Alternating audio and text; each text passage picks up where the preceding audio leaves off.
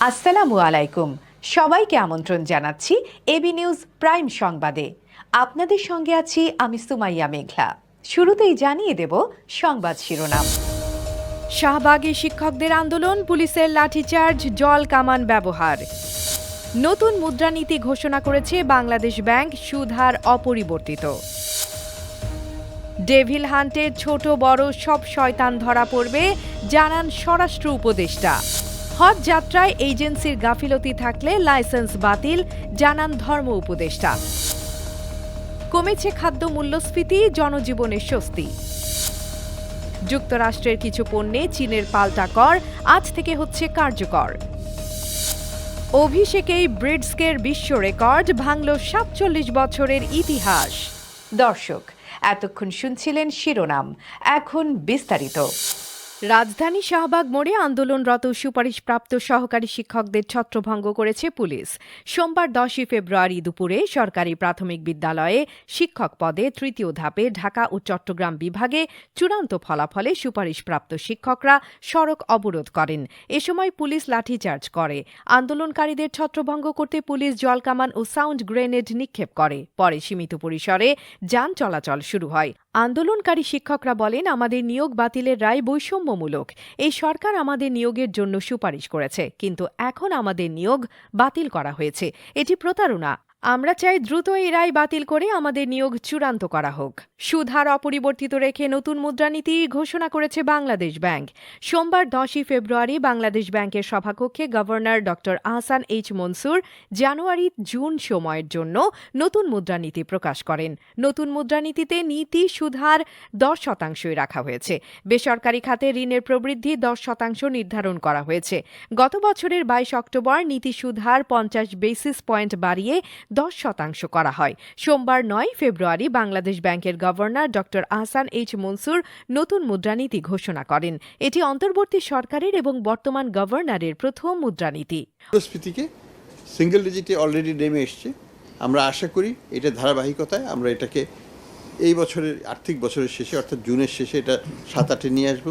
১১-১২ বিলিয়নের মতো অতিরিক্ত ফাইন্যান্সিয়াল আমাদের ইন্টারনালি জেনারেটেড রিসোর্স হচ্ছে আমাদের। অপারেশন ডেভিল হান্টের আওতায় চুনোপুটি থেকে রাঘব বোয়াল সবাই ধরা পড়বে, এমনটাই জানিয়েছেন স্বরাষ্ট্র উপদেষ্টা লেফটেন্যান্ট জেনারেল অবসরপ্রাপ্ত মোহাম্মদ জাহাঙ্গীর আলম চৌধুরী।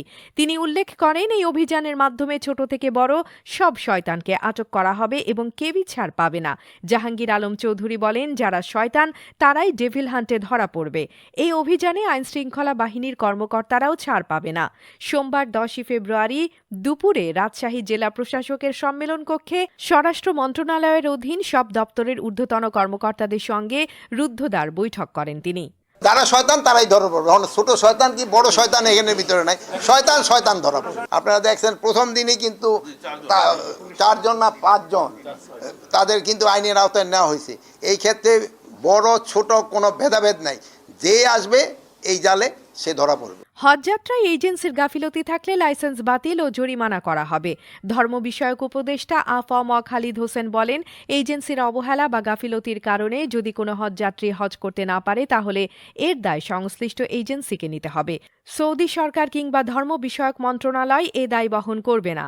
এজেন্সির লাইসেন্স বাতিল হবে এবং আর্থিক জরিমানাও করা হবে। সোমবার ১০ ফেব্রুয়ারি সচিবালয়ে এক সাংবাদিক সম্মেলন করে একথা জানান তিনি।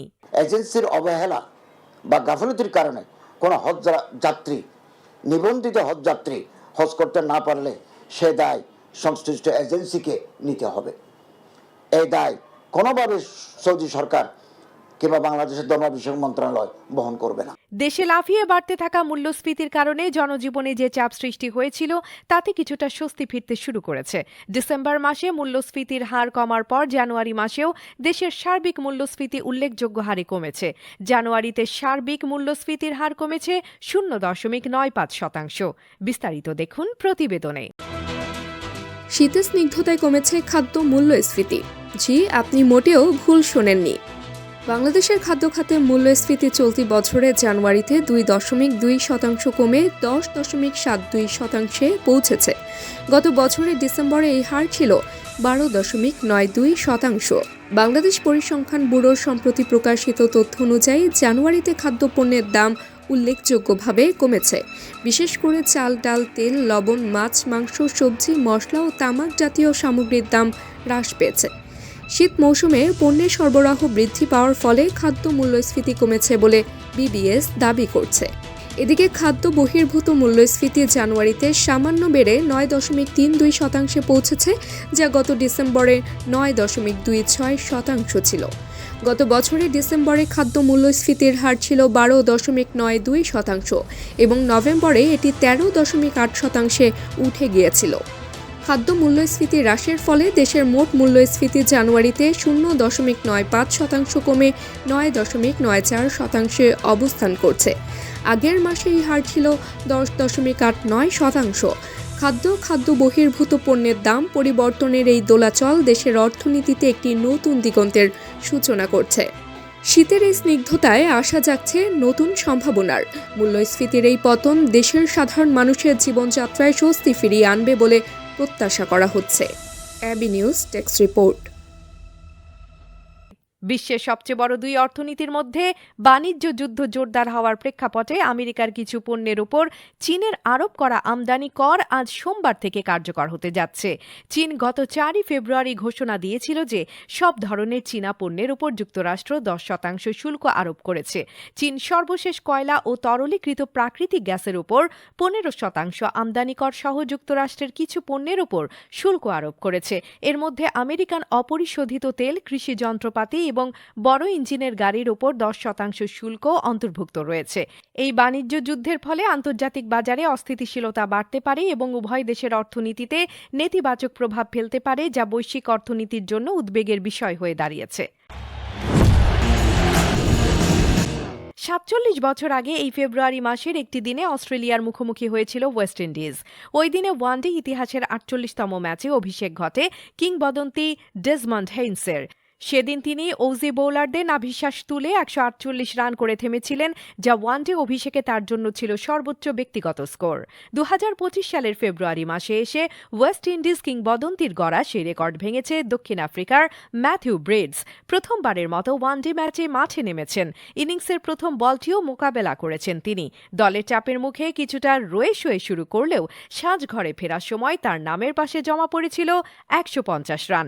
এভাবে ওয়ানডে ইতিহাসের নতুন এক অধ্যায় রচনা করেছেন ব্রেডস। দর্শক, এতক্ষণ আমাদের সঙ্গে থাকার জন্য ধন্যবাদ। সর্বশেষ সংবাদ পেতে ভিজিট করুন আমাদের ওয়েবসাইট www.abnewsinternational.com এ। সেই সঙ্গে নিয়মিত ভিডিও নিউজ পেতে আমাদের ফেসবুক পেজ ও ইউটিউব চ্যানেলে চোখ রাখুন।